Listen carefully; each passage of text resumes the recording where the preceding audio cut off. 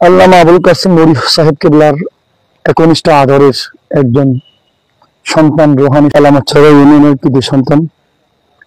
যিনি আজ থেকে অনেক অনেক বছর বলতে 15 থেকে 20 বছর পূর্বে সুন্নিয়তের একক একটা রাজনৈতিক সংগঠন প্রতিষ্ঠিত হয়েছে 80 সনে 21শে জানুয়ারিতে বাংলাদেশ ইসলামী ছাত্র সেনা নামে যে আধ্যাত্মিক ছাত্র সংগঠন প্রতিষ্ঠিত হয়েছেন। এই মুশকিলের মধ্যে উনি ওনার হাল ধরেছিলেন। তিনি কিছু বললে আমি খুশি হব। লাইভে অনেকেই শুনতেছে, আপনি একটু কিছু বলুন, চালন করুন। আসসালামু আলাইকুম রহমতুল্লাহি ওয়া বারাকাতুহু। আমি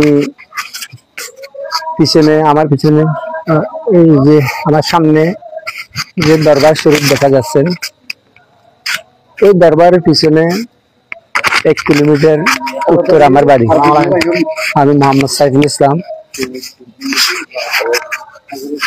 আমরা তো ওই হুজুরকে দেখি নাই, ওনার শাহজাদা আজম মৌলানা মাসুদুল করিম সাহেবকে দেখি নাই। ওনার বড় শাহজাদা যিনি আমাদের বড় বাবা সৈয়দ আহমদুল্লাহ কাবলা কাবা মাজবান্ডারি রহমতুল্লাহ আলাইহি দেখেছি। কালকেও কথা হয়েছে। আমি আসলে ওনাদের সম্মান কিছু আমার বলার মতো না। একদিন রাতে আমার অসুখ হয়েছিল, 30 রোজা চলতেছে, আমি 29 রোজা রেখেছি। আজকে রাত্রে 30 রমজান হবে। হঠাৎ করে আমার মুখ এই দুটো মুখ এইভাবে ফুলে গেছে, 1 হাত লম্বা হয়ে গেছে। আমার বাইকে পাঠাইছিলাম ওষুধের জন্য, আমি হাঁটতে পারতেছি না। তো ডাক্তার বলছে যে এই ওষুধগুলো আমাদের তো ডিসপেন্সারিতে নাই, এগুলা তো হোমিও ওষুধ খাওয়া লাগবে। তখন আমার ভাই হোমিও ওষুধ নিয়ে গেলেন। আমি সেহেরি খাওয়ার আগ পর্যন্ত গ্লাস আয়না দেখে 10-12 মতো দেখলাম, একটু কম আসতেছে।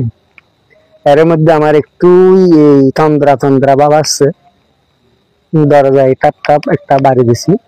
আমি দরজা খুললাম। দরজা খোলার পর দেখলাম যে বড় বাবা সাইফুল দরজা খুলো। আমি খুলে দিছি, উনি আমাকে উজু করা দিছি। এরপর আমি 1 দিন গেল, 2 দিন গেল, ঈদের নামাজের পর এইখানে হুবহু এখন যেখানে দাঁড়াইছি এখানে আমি আসতেছি, তখন এই রওজা শরীফের কাজ আরম্ভ হয়েছে। আমি কিছু টাকা নিয়ে আসছিলাম, এগুলো আগের মান্যত করে রাখছিলাম, বড় বাবার হাত দিব। তুমি ওই দিক থেকে আসতেছেন, ওই দিক থেকে আসতেছেন, ওনার হুজরা শরীফ থেকে বের হচ্ছেন। বলছে যে সাইফুল তোমার কি অসুখ হয়েছিল? যে আমি বলছি যে বাজি না তো অসুখ আর সাইতে গিয়ে একদম মানুষের সামনে দিয়ে কিনলে হাত দেয়। এই পাশে লোহার বান্ডিল ছিল, আমি এদিকে দৌড় দিলাম কাউকে না বলতে, জীবদ্দশা কাউকে বলি নাই, আজকে বললাম।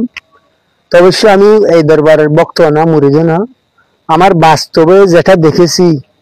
তো ওনাদেরকে বলছিলাম এখানে হাদেম আছে, অনেক ভাইয়ের আমার পরিচিত ছিল, আমার ভাই আরো ওনাদের বড় ভাইয়ের এখানে দায়িত্ব ছিলেন, ঘনিষ্ঠ একেবারে হাদেম যারা, বাবাজান কাবলার হাদেম যারা ছিলেন একেবারে ঘনিষ্ঠ। এদের থেকে জিজ্ঞেস করলাম বাবাজান কি আসলে রাত্রে বেলায় কোথাও যায়? বলে যে দিনেও যায় না, রাতেও যায় না।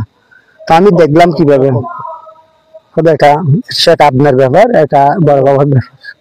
তো আমি আসলে এটা একটা সাগর মাইজবান্ডারি, এটা একটা গবেষণার বিষয়, এটা সমালোচনার বিষয় না, এটা শুধু আলোচনার বিষয় না, এটা গবেষণার বিষয়।